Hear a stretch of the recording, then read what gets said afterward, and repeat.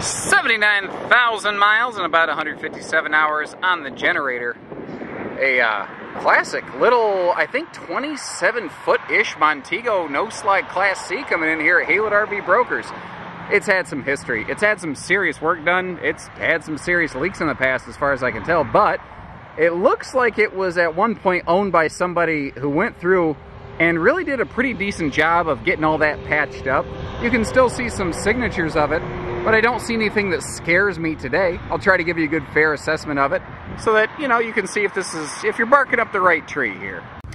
And although no-slide models kind of have largely slipped out of favor in the consumer market, this is very similar to the Red Hawk 27N that we continue to be very successful with here at Haylett RV even today. Well, down the street at Haylett RV.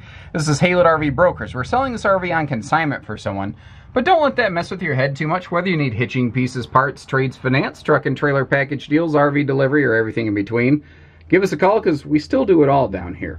Now, I had to remember, classic RV, the generator panel is actually built right here into the range hood. 137, not 157 hours. And let's do a quick generator test. Let's see if you can hear this. Whoa. That fired right up. I think I scared the guy outside who's looking at it through the windshield right now. So obviously the generator, good working order, fired right up for us. You know, very conventional layout where we've got the dinette opposing the sofa over here with seat belts all over the place. And these classic designs, they really had to be good at making the RV look and feel large, and a couple big windows like this really go a long way toward making that happen. I wouldn't be surprised at any point if we actually get visited by the fellows outside. God forbid somebody wants to take a look at an RV that we have here at Haylett RV Brokers.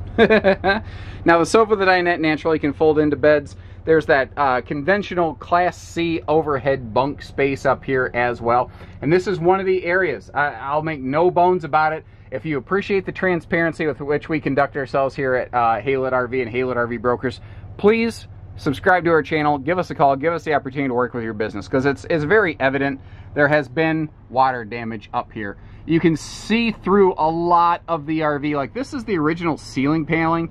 That is not the original wall paneling. Somebody put up some you know, new white walls, kind of paint splotched it to give it a little bit of like a farm look and feel.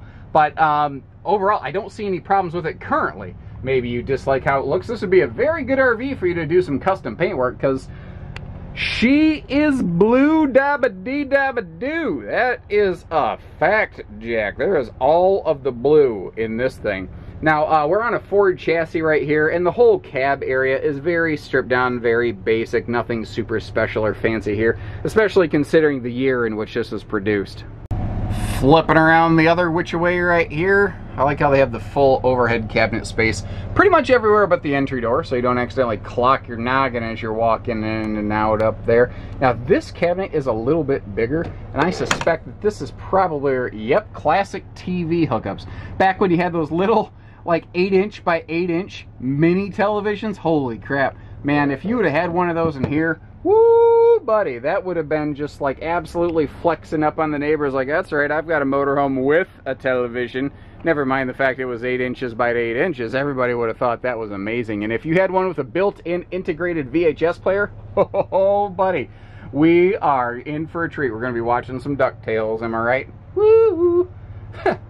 Now, I haven't personally tested everything. My notes do not have any indication of any known appliance issues. However, my notes aren't always complete at the time I'm recording these. So my recommendation is, if it looks like it would work for you, give our team a call. We can, like, obviously the generator's firing up that microwave right there. You can see the Samsung, you know, so simple kind of thing, marquee flipping through the microwave. But everything appears to be in good working order. That stovetop has definitely seen some use, but that's good. It makes me sad when I see stuff not get used. Now, the bathroom here is a very traditional walk-through bath. However, you can kind of cut the RV off and convert it into a private full middle bath via the way these doors become walls and they kind of lock in place. So over here we've got our, obviously our shower area right there. And nothing fancy, nothing special. I can see where some resealing has been done, but that's good. Classic RVs like this, they hadn't yet adopted a lot more lino, so we've got carpet effectively in the middle of the bathroom, which, not my preference, not exactly how I would have requested something be built today, but this is older. I didn't request this thing to be built. It's just a sign of the times. And again, folks went through quite a bit of the RV and did some updated wall work on here. Now let me get myself unwound and out of here, and we'll go check the master bedroom. But it is kind of neat that just with a little half turn, a pirouette, there we are, and now we're in the bedroom area. Walk around rear bed. Again, this is a very similar floor plan to that Red Hawk 27N that we have at down at Haylett RV normally. We're a little exhausted on our supply of those currently, but you know, we'll be getting more of them. Oh, here's an interesting thing. So here is, I think, what the original wall paneling would have looked like. You see it again on the rear wall with that floral print.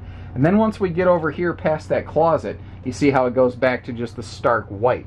It looks like maybe there had been some kind of water exposure down there. I can see some compromise of that luan. But again, I've made no secret about it. This RV is not necessarily in perfect time capsule condition, but I think it's very campable, very drivable. If you're looking for, oh, you know what this would be awesome for, buddy? If you want to take a trip and do like a NASCAR weekend or a fishing weekend, holy cow, this would be the weekend warrior right here. And I kind of feel like calling this thing the Phoenix, because it feels like it was reborn and given a second chance at life. Like it really feels like at one point you'd have looked at this thing and been like, I wouldn't give $2,000 for this thing. And now, like I said, it's a little bit older. It's not necessarily flawless, but I think she's functional. I think somebody really resurrected this one, brought it back from the dead. A little RV defibrillator. Clear. It is a wide body, by the way. Just, you know, like most motorhomes, give you some extra space. And just in case you couldn't hear it inside, I did want to leave this Onan generator running. And you can hear, it's not like chugging. It's not like it's just humming right along. And you can see on the outside, folks went through, they resealed all the exterior fixtures. Everything looks very functional now. The tires don't look bad. The tires don't look aged or dried out. I haven't checked the age code on those. I always forget to do that. Like every time I forget to do that. Now, when we're going down the sidewall, there are a couple spots, especially when we get right up close. You can see a little bit of D-lam bubbling on it. It's a bummer. It's there. Again, I'm not going to hide it. But again, I don't really see where it's hurting the RV at all. It definitely could have been worse. Now, if this was today's RV, I would say without even blinking, oh, it's a Class C on a Ford chassis. It's got at least a 5,000 pound tow rating. This being a little bit older, I'm not sure about that.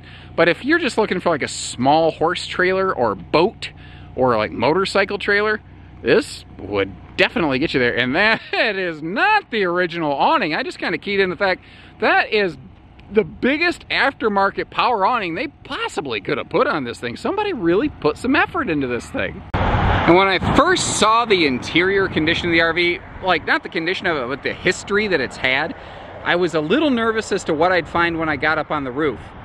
But thankfully, kind of like I was saying on the outside, everything up here has been resealed. And kind of like I'm doing right now, I have walked all over and around this entire RV's roof. I have yet to locate anything even closely resembling something like a soft spot or a weak point. Everything feels very solid and walkable up here. And again, that gives me a lot of confidence in thinking that this is something that's, you know, going to give you a couple good years of fun there. So give us a call right there at Haylett RV Brokers of Coldwater, Michigan. Hitching, pieces, parts, trades, finance, RV delivery, and everything in between. You can give us a call because we do it all. So take care, stay safe, have fun, and happy Haylett camping, everyone.